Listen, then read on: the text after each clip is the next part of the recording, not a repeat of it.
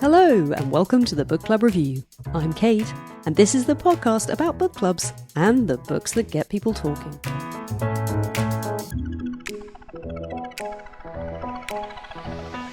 After thoroughly reviewing books from 2023 and getting excited about the books coming our way in 2024, it's time to catch up with the books Laura and I have been reading lately.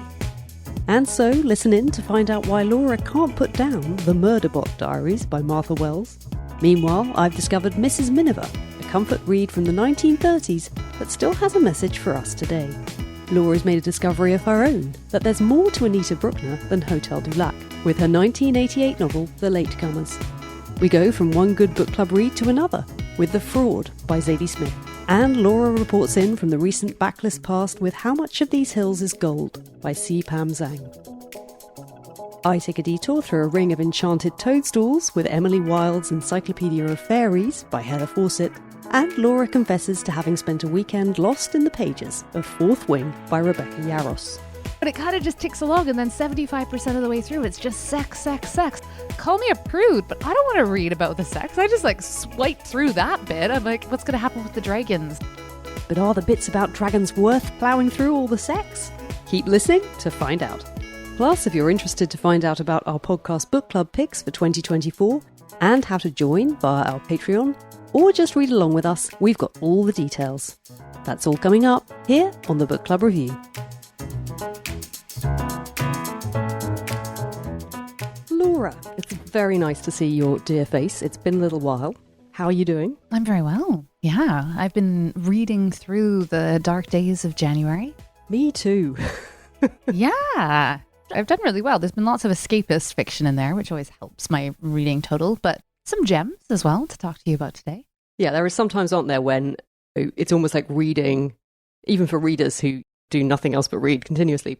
There are certain times when you feel like you need it more. I think January, February, if you live somewhere like the UK, where it's really dark and grim and you just need things to get you through it. Summer wouldn't be summer without some light beach reading. And then that delicious sort of autumn where you're in the mood for things a bit more serious, a bit more intense. And then Christmas, winter reads. I'm starting to, I think maybe it's the podcast, or maybe this would have happened to me anyway, but I'm starting to really almost define my life around these reading rhythms, rather than maybe other cues that previously I would have looked to define my days. So are you going to kick us off? What have you been reading recently? Let me kick off with one of my escapist discoveries, courtesy of Elliott Bay Booksellers. I was there over the Christmas holiday in Seattle, and on Christmas Eve went to Elliott Bay Bookshop, our favorite bookshop in the world, listeners, if you didn't know, and bought myself 3 books. I also got my husband a book for Christmas, but mainly I bought myself 3 books in their fantasy section, fantasy sci-fi section, because they actually know what's good. Most fantasy sci-fi sections you go to, and it's really hard to figure out what would actually be fun, but also challenging. Anyway, this is not challenging. The bookseller was like, hey, what are you doing? Well, and we had a little chat, and he's like, have you ever read Martha Wells? And I was like, no. And he's, you know what? You need to read Martha Wells' The Murderbot Diaries. I was like, what is that? And he's, it's about a self-hacking security unit. It's basically a cyborg. It's half human, half machine. And typically they are governed by protocols that the company has embedded. But this sec unit has hacked its governor model and refers to itself as Murderbot. And all it really wants to do is be left alone and watch entertainment feeds, aka like serial dramas about space, because it's an alternative reality full of spaceships and colonizing of planets, etc. It's very funny. I think there's 7 in the series. And they're all novellas. You read it in about an hour and a half, and then you want to read the next one. And I spotted them at a local bookshop because I was debating whether or not to buy another one. Because here it costs $25. That's about £16 for an hour and a half of reading. I was like, I don't know if I can do that. But then they didn't have them at the library. I'm like, I might have to do it. You can't just read one. Very dry, very enjoyable, quite knowing, and just a lot of action. You basically feel like you're reading a really well-drawn, quite humorous show. Like an episode of something. Like an episode. Yeah. And the episodes are interconnected, and there is an overarching story that's quite compelling. And this Murderbot is a fantastic character in and of itself. What's the murder angle Is it murderous, or is it that it's interested in murders? It is not. It is not. There's this perception that sec units are murderous by nature. And then there's this one who has hacked its governor module and all. It's not murderous at all. It just wants to stay away from humans and be left alone. But it has this past that it knows about where it was reprogrammed because it allegedly went crazy and murdered a bunch of humans. And so that's why it calls itself Murderbot. But investigating that back history is part of book 2 or book 3. They're the perfect palate cleanser as well. So I've been fitting them in between my other reads. Love that. I think you need to dig in. I do. And listeners, even if you're skeptical, you should try one because it's such fun. I'm not skeptical at all. I'm completely sold. Actually, you're not the first person to mention those to me. One of our listeners messaged on Instagram. I think we were exchanging comments about something, and they mentioned that was what they were reading, and I messaged back and I'm like, what's Murderbot? And then I had a little DM. So it's not the first time I've ever heard of them, but I obviously didn't know the full story. They sound absolutely great. Brilliant. There's sci-fi. Nice. Mix it up. What can I follow on from that then, from my little pile here? Can you go to high lit, or are you going to go exactly genre what am fiction? I going to go? Maybe coming off the back of the slight sort of desire for comfort reads at this time of year, I have been reading a book called Mrs Miniver by Jan Struther. You ever heard of Mrs Miniver? I haven't, no. No, I never had either. Again, a listener recommendation. It was because I had been talking about The Diary of a Provincial Lady by E.M. Delafield, which is one of my classic go-to. Just such a delight, that book. It's diary entries, it's across a whole year, and you get to experience this Edwardian lady's life, and it's very funny. That started life as a column in a weekly magazine, I believe. And similarly, Jan Struther had a column in The Times where she came up with this character, Mrs Miniver. And I think the idea, it was supposed to be something that was heartwarming and nice to read and about everyday life and the pleasures in everyday things. The character is a quite well-to-do housewife. She lives in a lovely house in Chelsea in a leafy square. She's doing pretty well, actually. In terms of her relatability, it wasn't great because she lives in this lovely house and she's got a nanny and a cook and a maid. But I was thinking, I don't mind reading about those things because it's like a fantasy, isn't it? Who hasn't dreamed of having a cook and a maid and a nanny? So I'm happy to read about those things, even though I don't have those things. Her husband is a successful architect. She's got 3 children. And they are these little vignettes, column length, so all about sort of 5 pages long. From shopping for Christmas presents to when they're driving up to Scotland. They go up to Scotland every year to stay with her brother and his family, and a lovely little one about that car journey.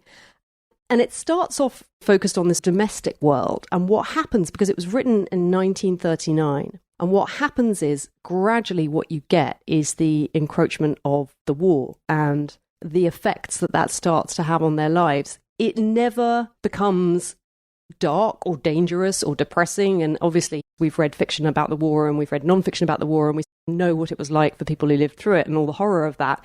This isn't that.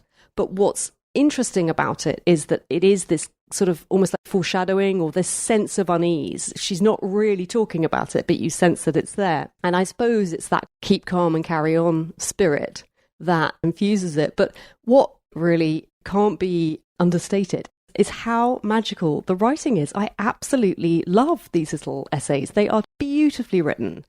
And it leaves you with this sense, as with, I think, so many of the best comfort reads, is this sense of appreciating the little things around you more, watching the children, observing their funny ways, the birds in the garden or little things. It's one of those. It really draws you into this world. I found it really delightful and I was very pleased to have it flagged up. And the only other thing I thought was, in this sense of unease, and obviously reading it now, we have very detailed knowledge of what happened next, which was not obvious at the time. But that sense of fear and anxiety and the way that she has to constantly allay that by focusing on these everyday things and these small domestic goings on felt very current in a way. That felt very relatable. And I'd really like that. It felt like, strangely, it was a book that obviously spoke to a large audience of people then. And I felt like it was still speaking to me now. So that was a really interesting dip into the past and experiencing the way that it still has echoes in the present. The other thing it's leading me on to is the biography of Jan Strother by her granddaughter, who's called Isenda Maxwell Graham, I think is her name, published by Slightly Foxed Books. Always so happy to have an excuse to buy one of their beautiful cloth-bound editions. Jan Strother herself was a very interesting person, and I think sadly didn't have a very happy life in the end. I haven't read that much about her, but the little bits I have read hinted at that. But it sounds like this biography is a really wonderful read as well. And I'm interested to know more about this woman, this columnist, this writer who created this thing that it was made into a film. And the film went on to win 6 Academy Awards in America. And Churchill actually cited it as, he said it had done more for the Allied cause than a flotilla of battleships. It was a key piece of British propaganda in the war, in a way. And that was really interesting as well. Yeah, it's fascinating, really fascinating. I was very pleased to have discovered it. I've never heard of her. I know, I never had either. Had you? Oh, so interesting. And maybe a very timely segue, because this isn't a book I chose for myself. This is a book club book. But speaking of 20th century British female writers, which Charlie at my book club said, is there anything better recently? We read Anita Brookner's Latecomers. Huh. Have you read this one? No. Wow. She's one of those authors where love Hotel du Lac, great. Read that more than once. And she's written about 50 other books, hasn't she? And I've never read any, I don't think I've ever read anything else by her. I read one other book by her. I read her very first one. Can't remember the name off the top of my head. And didn't love it. And she's often known for being quite cool in her writing. Her characters are quite cool. And often she writes about like slightly cold spinsters in 20th century Britain. And I saw recently, she was friends with Julian Barnes, and I think he wrote a memorial article for her after she passed on. And he said she wasn't her character. She wasn't that person. But regardless, that's what she's associated with. The Latecomers is fantastic. Such a good book. I can't remember the last time my book club have been more effusive and united in a discussion, while also having so much to discuss. It's actually a really warm, heartbreaking novel. It's about essentially 2 main characters, but by extension 2 main couples. There's Hartman and his best friend Fibbage. And we meet them in their everyday lives. They're business partners, probably in around 1970s England, I would say, and going about their days, living the good life. Hartman is a man of pleasures, every day dining out and having a nice time. And they have a very successful novelty card company. They live in apartments above each other in the same block with their wives. But then it goes back from that scene. It gives you a character study of each of them and then of their wives as these very quietly traumatized children.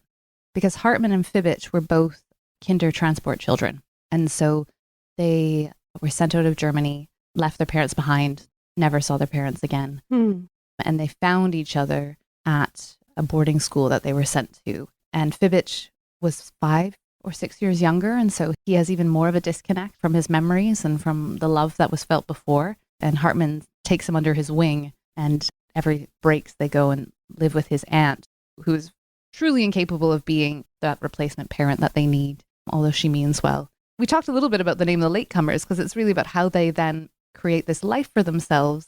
And what I should say is it takes a while to even know they were kinder transport children. That's not something that they are thinking about or talking about. This is 1970s England. It's a very slow burn as maybe they not even come to terms with this, but just explore that unease and dislocation and create a family for themselves. Phil actually brought this up. Do you remember when we read the Hilary Mantel novel, 8 Months on Gaza Street, where you said from the first page, you were like, oh, wow, like I'm in such a safe pair of hands. That was our experience reading Anita Brookner's Latecomers. Highly recommend it. Is it sad? Oh, to use a cliche, it's quietly devastating because there's a real horror to it. This idea, especially as a parent, of sending your child away. And there's a memory that comes back to one of the characters of that departure moment in his 60s. I'm even getting goosebumps talking about it now, but it's so understated. It's like the reality is there, but it's not melodramatic. It's not sensational. It's just this quietly devastating portrait of what that would mean to be a child and be sent away from your family, your culture, your language, what that would mean. And they do make a family, but it's not a family led by parents, right? They find each other and they marry and come together and build a life for themselves. We were all very moved. Oh. But it's not sad in the sense that you cry. No, not at all. It's more something that just lingers with you. So good book club book. Great book club book. Also quite funny. I think that's the thing. Like, it sounds kind of sad. In that way that like, only Brookner can do. Yeah, because there's such well-drawn characters. And so a lot of the story is them having this upper middle class domestic life in 1970s England and worrying about their children who are superbly drawn and decorating their apartments with the height of fashion at the time. And their wives are fully rounded characters in and of themselves with their own traumatic childhoods. So it's all about how they've come together. But it's big on detail, low on action, and yet somehow very compelling. Okay, definitely one to note. From one icon of the British literary establishment to another, Zadie Smith. Yeah, ooh, okay, great. Could I make that leap? The Fraud, which I have been reading for the longest time, mainly because I started listening to it on audio before Christmas, and I was really enjoying it. She reads it herself, and that gives it extra zing because you get this really interesting story. But she does it so well. She reads it really well. The main character, Eliza Touche, is Scottish. So she has to contend with a Scottish accent. But I remember listening to her on a podcast saying about how she worked with a dialect coach and really took the time to make sure she got it right. And she's brilliant at it. Can do that as well as everything else that she's good at. The Fraud is a little bit complicated to boil down. It's set in the Victorian era. And the main character, I'd say, although it's not obvious that she's the main character, but she is the person who guides us through it. And her name is Eliza Touche, which made me think when I first heard the name of Ralph Touche in The Portrait of a Lady, the Henry James novel. Have you ever read that? I have, yes. I had that literary association in my mind. And in a way, I almost thought, I wonder if she wants that, because this is a novel. One of the many things it does really, really well is it feels like it's tapping into this tradition of these long Victorian novels where there's sort of lots of details and sort of literary style. And this is almost a pastiche of that, except that it's not, but it's definitely drawing on that vocabulary. It reminded me of Elizabeth Gaskell. We've talked about Wives and Daughters on the podcast, which you loved so much. And it has that as well. It's got something of that quality. So anyway, that's all there, and that's really enjoyable. Mrs. Touche is a woman who has a bit of an unfortunate time of it. She marries, but then her husband dies, and so she's widowed quite young. And she has this small annuity, but it's not much. And she ends up moving in with her cousin, whose name is William Ainsworth, and he is a writer. So this is based on a real person who really existed, who wrote all these novels, and they were all terrible, I believe. Certainly in the book they are. And so this idea of fraud that runs through in so many interesting ways. One of the ideas of the fraud is this man is living the life of a writer, is writing, is pretending to himself that he's a writer, but we know, because we see him through Mrs. Touche's eyes, that he isn't really. His work is terrible. Despite that, actually, in the way that sometimes it doesn't matter whether what you're writing is any good or not for people to buy it, he does have some successes. So one of his novels at one point outsells something by Charles Dickens. Anyway, it's all in there. You then get her long life, and it's going back and forth. So in her younger years, she's part of this literary set that are friends of Ainsworth, Charles Dickens, George Cruikshanks turns up, names you recognise even if maybe you haven't read their work. And you get this delicious, what it might have been like to be behind the scenes at a dinner party where Dickens was there, and that's all really fun. And then there's this trial that Ainsworth marries. In the end, his first wife dies, and he ends up marrying his housekeeper, Sarah. And she is obsessed with this trial that's going on about this man called the Tichborne claimant, who is this supposed long-lost heir to this family money and estate. And he has come out of nowhere. He's come from Australia to say, I am this person, this long-lost person, and this should rightfully be mine.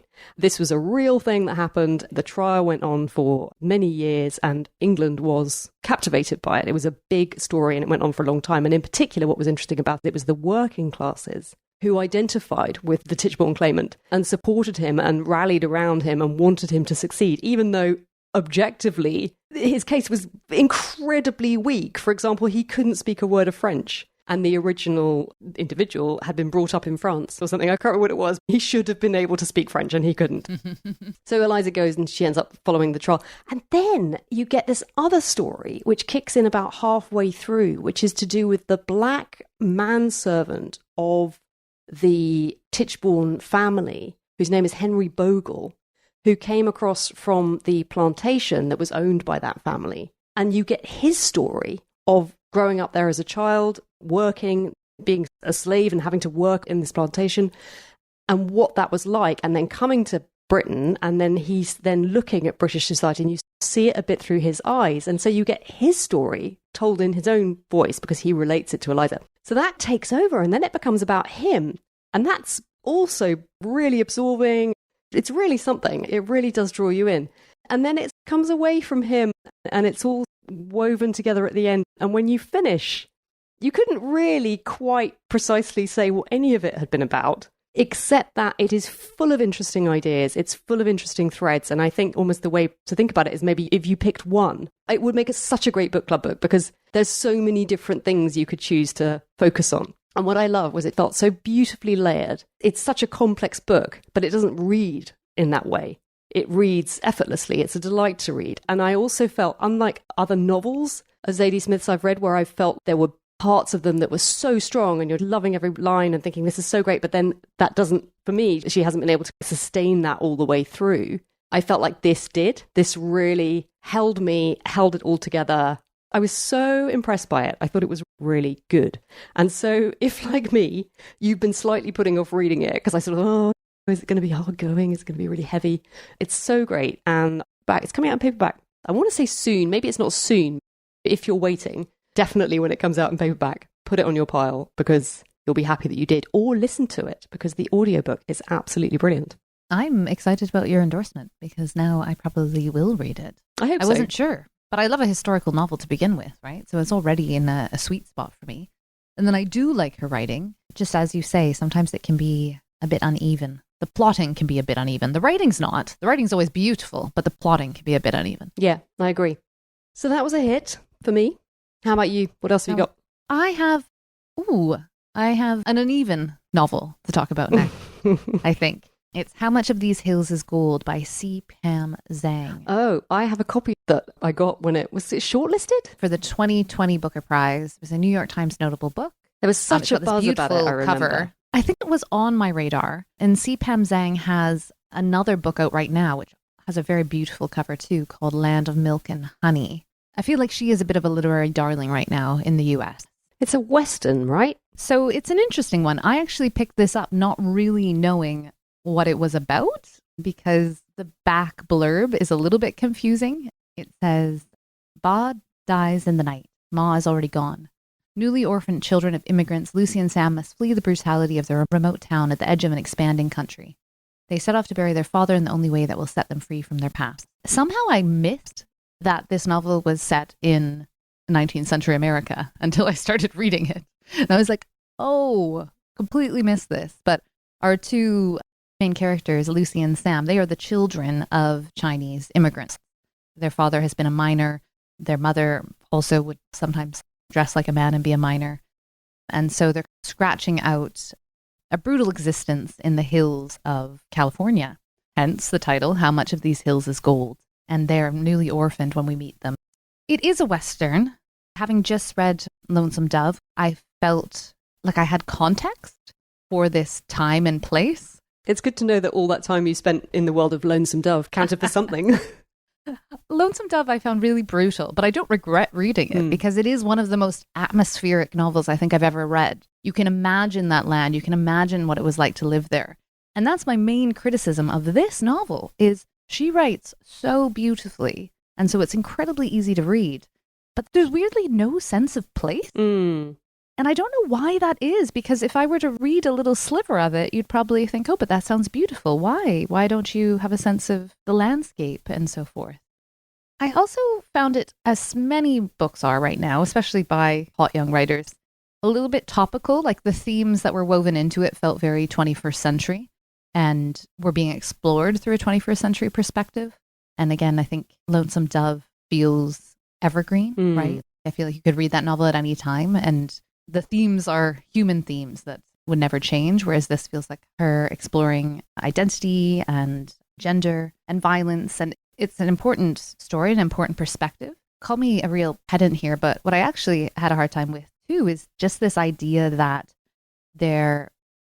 so what I know about the Chinese immigrants to Canada and the US in the 19th century is that they were almost all men, right? I went recently to a discussion about Writers' Festival where there was 3 authors of Chinese heritage talking about the books that they had written about Chinatown, different Chinatowns, San Francisco, Vancouver, Toronto. And one of the authors who grew up in San Francisco in the 1930s, 1940s, she was saying how it was all men, right? There were no children. And so they were these anomalies. So this portrait of these 2 children, it's unfair because what do I know? I'm sure Pam Zhang has done a lot more research than I'd have. But there was just this little niggle in my head where it was like, how many family units were actually in California of Chinese heritage at this time? Because there were no women, or very few. And would a small family have really been moving through the hills to these different mines through the gold rush? It just seemed a little bit unlikely. I can't recommend it full-heartedly, but I also think that it's worth exploring if you're intrigued, listeners. She does write very beautifully. It just doesn't quite add up to something of substance. Sounds like another one, potentially book club book. Good but flawed is often is a good category. And I, especially because I can imagine other people loving it. And really taking me on. So listeners, you must know we're always up for that, right? We're not right in our opinions. They're just opinions. My last one I wanted to talk about is one that I would love to get your opinion on when you've read it. And that is Emily Wilde's Encyclopedia of Faeries. I'm in. I had an experience that I frequently had where I didn't know about this book. I think I came across it in a comment or some glancing reference to it online. I thought, what's that? That sounds intriguing.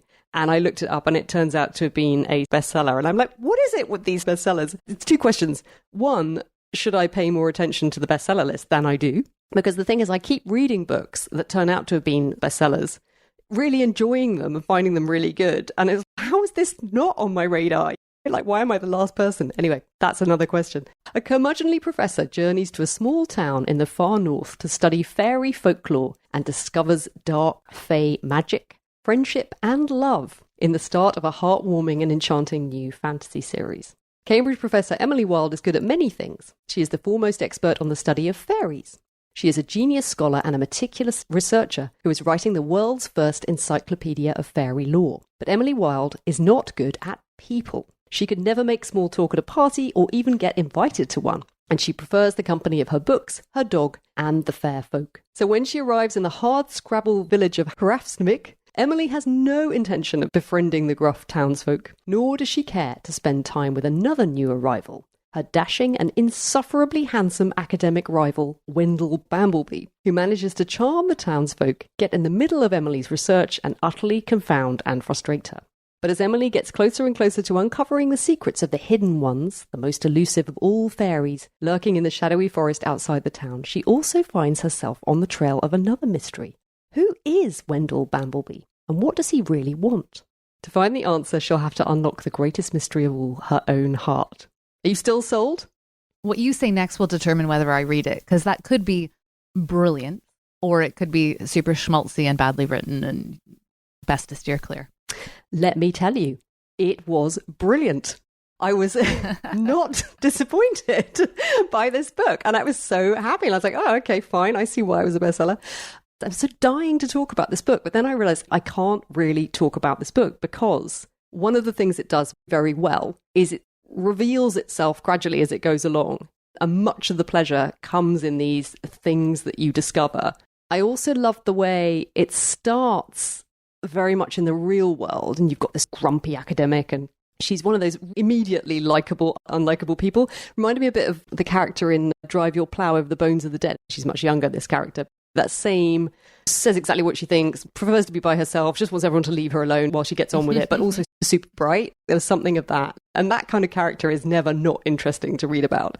She goes off to this village to study these fairies, this northern Scandinavian village, and upsets everybody, all the locals, because her social approach is so disastrous. So they're already angry and upset with her. She's having a bit of a hard time because things like she has to cut her own wood because no one will cut wood for her and she doesn't know how to do it and things like that. And then this fellow academic turns up and things go on from there. I think much of how you feel about this book may be anticipated by how you felt about Jonathan Strange and Mr. Norrell by Susanna Clarke. Jonathan Strange and Mr. Norrell has a couple of things I personally really loved about it. One is this slightly Georgette hairstyle Regency romance that's going on and the historical details and that world, which is really brilliantly drawn. The other was the footnotes and all this stuff about the world of magic and fairy and these stories and bits of fairy lore and strange things that befall people. And in Jonathan Strange and Mr. Norrell, that's all in the footnotes, which for me were as enjoyable to read as the main text. If, like me, you love the footnote stuff in Jonathan Strange, you will absolutely love this book, because this book felt like one of those footnotes expanded out, so you really get to stay in that world. And she really captured so brilliantly this idea of fairies. She makes them very believable because you really have a sense of their inhumanness, their non-humanness.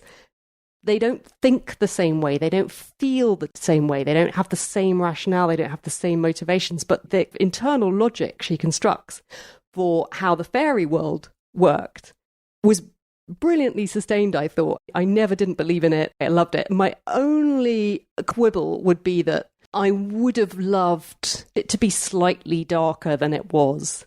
There were situations where they were in a certain amount of peril and you were really turning the pages like, oh my goodness, what was going to happen? And I would have loved it if things hadn't been resolved quite as easily as they were sometimes, because sometimes you're just really enjoying that tension and the drama. And if it's all wrapped up, you're like, oh, okay.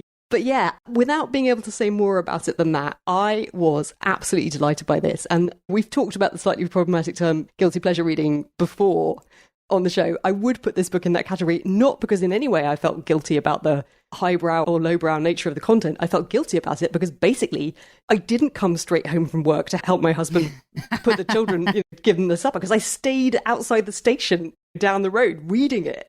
I took slightly longer at lunch at work because I just wanted another 5 minutes reading this book. That's why I feel guilty.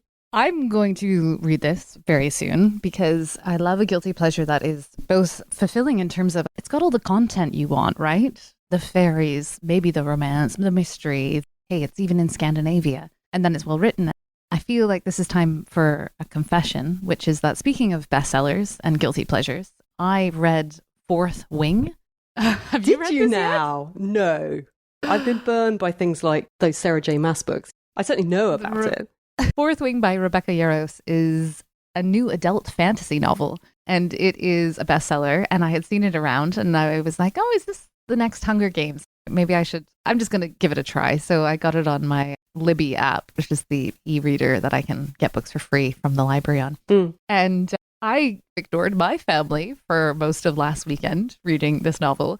And then I just felt increasingly dirty because it is part of a new genre. I only heard the term a few days ago called romantasy. The best way to describe this novel is dragons plus the Hunger Games plus Hogwarts meets 50 Shades of Grey. So, but you know what made me feel better is that I was confessing to my book club I'd read this, and Phil was like, I read that. It's terrible. It just ticks along, and then 75% of the way through, it's just sex. I'm like, I know. Call me a prude, but I don't want to read about the sex because I just swipe through that bit. I'm like, what's going to happen with the dragons? And is she going to survive? I feel like I came out of a bit of a weekend fog. I went back to work, still hadn't finished it, got home that evening, and it was almost like I'd snapped out of it because I picked it up to finish it. And it was like, oh, Laura, oh no. What did you sacrifice this weekend to read 500 pages of this? I thought the author herself was really interesting when I read about her. I thought the idea of, as I understand it, the character being a character who's someone who isn't physically strong. And the idea about a character who has to overcome those challenges being at the center of this macho environment, I thought was really interesting and intriguing. But it's so badly written that is treated with utter inconsistency, right? Like it's not a story of someone struggling with an inability to do things. Most of the time she's kicking ass and throwing knives and defending herself. There's no consistent rationale running through this book across almost every touch point. Kids in this school are dying left and center. And if you think about it from a military strategy point of view, you're like, that makes no sense. What kingdom under siege would just let teenagers, young adults, kill each other? There's a better way. But the author is interesting, and I felt a little bit guilty because I say she's interesting. She is a mother of 5. She has written a huge swath of successful romance about novels. 20, hasn't she? Yeah. Before coming to this, she was also a foster mother with her husband, who was in the military serving in Afghanistan. And then they adopted their foster child. And I'm like, who am I to judge? She seems like a really nice person. Extremely prolific, successful woman. She's having a great time. I think Phil called it up, though, and it was a devastating critique. He's like, I feel like this is the kind of novel that AI could write. If it wasn't dragons, it could have been robots. It's a genre mashup. There's nothing new in it. Ouch. Listeners, have you read Fourth Wing? And how much would you gamble that Laura will eventually read the sequel? Hey, because I'll tell you what's good about coming to things late, as I did the Encyclopedia of Faeries. It was long enough ago that came out that there is now a second book that has just come out, which is called The Map of the Otherlands, Book 2. Oh, I don't think I ever said the name of the author. That's funny. The reason I didn't is because it's the diary of Emily Wilde. And so I actually have been thinking of it as Emily Wilde's book, but Emily Wilde is the name of the character. The novel is by Heather Fawcett. I did not make that clear. I think that's also testament to the spell that it cast over me, that I wasn't even aware that it was written by a real life human being. And on that note, shall we draw a line under our recent reads and get back to our book stacks? Absolutely. Thanks for joining us, listeners. And do get in touch with what you've been reading this cold and gloomy winter. And if you want to read along with us, I have mapped out all of the book club books that we are going to be doing with the podcast book club. You can find out what we're doing if you check out our Patreon page. I'll put the link in the show notes, but you will also be able to see over the course of the next 12 months all the books that we're going to be doing. This month we are doing a Japanese novel called Mild Vertigo by Mieko Kanai, which I can highly recommend. I've been really enjoying that, and I'm very much looking forward to the discussion on Sunday. But our next one is going to be The New Life by Tom Crew, which is a really interesting sounding novel about the fight to destigmatize and decriminalize homosexuality in late Victorian times, I want to say. Anyway, I'm going to find out, but that's up next. So if you want to read along with us and let us know via Instagram or any of the usual channels your thoughts on the book, that would be great. And then when we come to talk about it on the podcast, we could maybe weave in what you have to say. So do check that out. I'm very excited about it. It is very nice, I find, having a plan for once. That just arrived on my Libby app, so I am all poised to dive in. Perfect, great. I'll look forward to discussing with you. That's nearly it for this episode. Books mentioned were The Murderbot Diaries by Martha Wells, Mrs Miniver by Jan Struther, The Latecomers by Anita Brookner, The Fraud by Zadie Smith, How Much of These Hills is Gold by C. Pam Zhang, Emily Wilde's Encyclopedia of Faeries by Heather Fawcett, and Fourth Wing by Rebecca Yarros. This episode of the Book Club Review was edited and produced here in London by me, Kate Slotova, with co-host Laura Potter dialing in from Vancouver. Whenever you listen to this episode, if you have thoughts on it, Laura and I would love to hear them. Comment anytime on the episode page on our website, thebookclubreview.co.uk, linked in the show notes, which is also the place to go for an episode transcript. Comments there go straight to our inboxes, so drop us a line. We always love to hear from you. Love what we do and want to support us?